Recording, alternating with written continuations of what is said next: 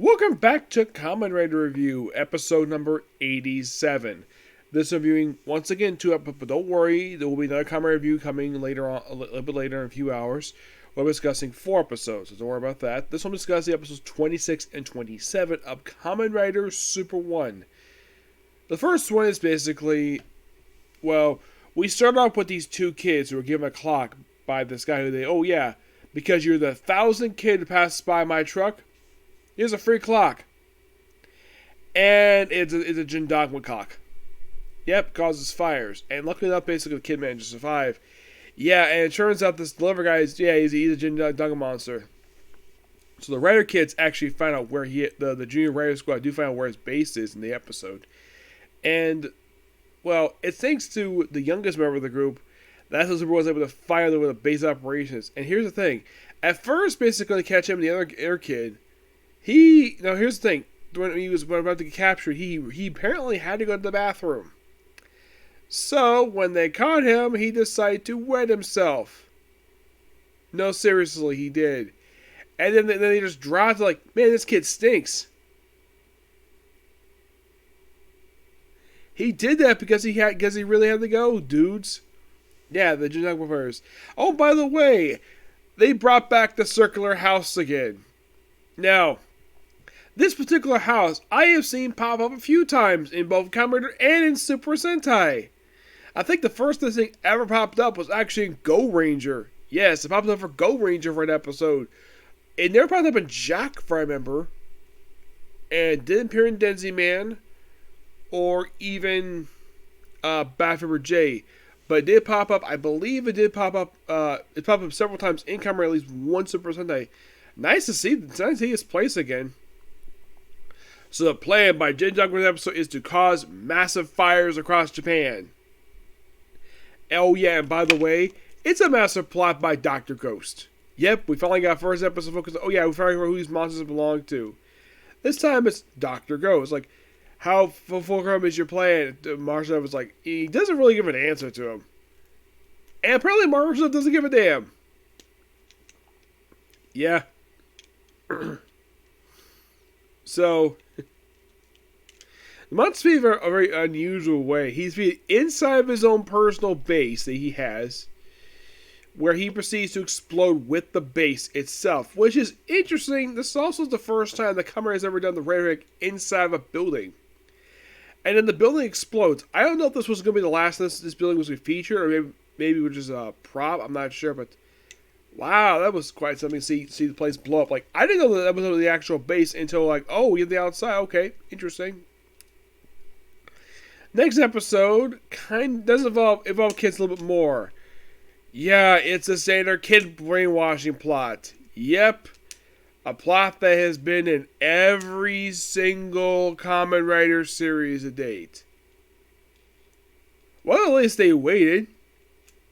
27 episodes into this. Yeah, where we have these kids outside this bookshop reading manga, minding their own business, and apparently the guy there doesn't like the fact they're reading, like, oh, this is not a library. Kids probably do reading anyways, because they probably can't afford to buy this damn stuff, dude. So, then we have this mysterious teenager show called himself Child X. Then he proceeds to get him handcuffed, get his mouth taped shut, and slice an X onto his sweater. And then the kids proceed to read it anyways. Yeah, read their manga.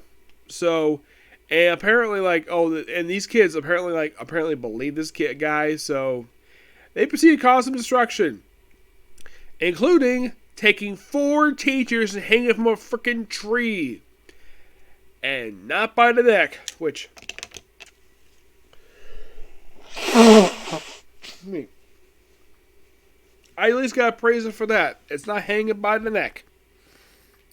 They're hanging by their shoulder, well, at least by their arms, which, yeah, basically seeing 3 people getting lynched like that would have been very bad for kids back in the 80s.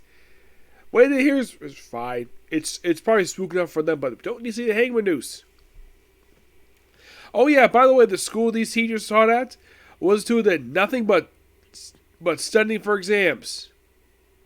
I'm like, really? You call that a school? least let the kids go outside, at least to breathe. Yeah. Let's see. It was also mentioned they destroyed a freaking cake shop while they're at it. Yes, a cake shop. With cream everywhere. Yeah. When I heard that, I'm like, that would be interesting to see, Oka. Is it just mentioning, oh yeah, apparently off screen they destroyed a cake shop. It was fine, but they just, caused cream all over the place. All these kids are doing are basically things being brainwashed by Child X. It's causing thousands of, probably thousands of, probably of course in the equivalent of U.S. currency, at least about $100,000 worth of property damage. Yeah, seriously. As much damage they're doing, yet it's equivalent to $100,000. And apparently, again, we're going to pay all Tokyo and Rin, except, wait, what about this district over here? Oh yeah, that's where our enemy lives. Really? And I guess Marshall's like, if he gets away, kill him anyways. So apparently Marshall does not see him as a threat. Even though it should be. At least Emperor Makarov saw him as a threat. But not Marshall Devil for some reason. He doesn't see him as a threat, he just sees him as an obstacle to his way. So yeah, it was obviously the child act is actually, he's like, when you actually have, okay, confronted like, you're a Jin Dog monster, aren't you? He's like, yes I am, I'm Sunglasses Kid. Like, of course it's Jin Dogma, of course. By the way, Jin Dogma does not show up in episode 27 until about, and look at the runtime, almost halfway through the episode. That's when they finally started to show up. Like, wow. I mean, is it just me, or does they actually have the Jin Dogma only appear on screen, the main organization, for, like, about, like, they get very little screen time. In a span about, I'd say let's see, this is 27, this is roughly 4 episodes into Jin Dogma. I think they must have had, in 4 episodes, they must have had, on screen, like Marshall himself, he must have had at least about 5 minutes of screen time in 4 episodes. Maybe do more later on, who knows. But this is okay, nonetheless, but I do like the first episode, the clock thing. I thought that was very original. In the case of the other one, yeah, that felt like standard Kamen Rider. Gotta have a kid brainwashing plot. Because of course we do. At least they're not becoming soldiers for Jin Dogma. Nope.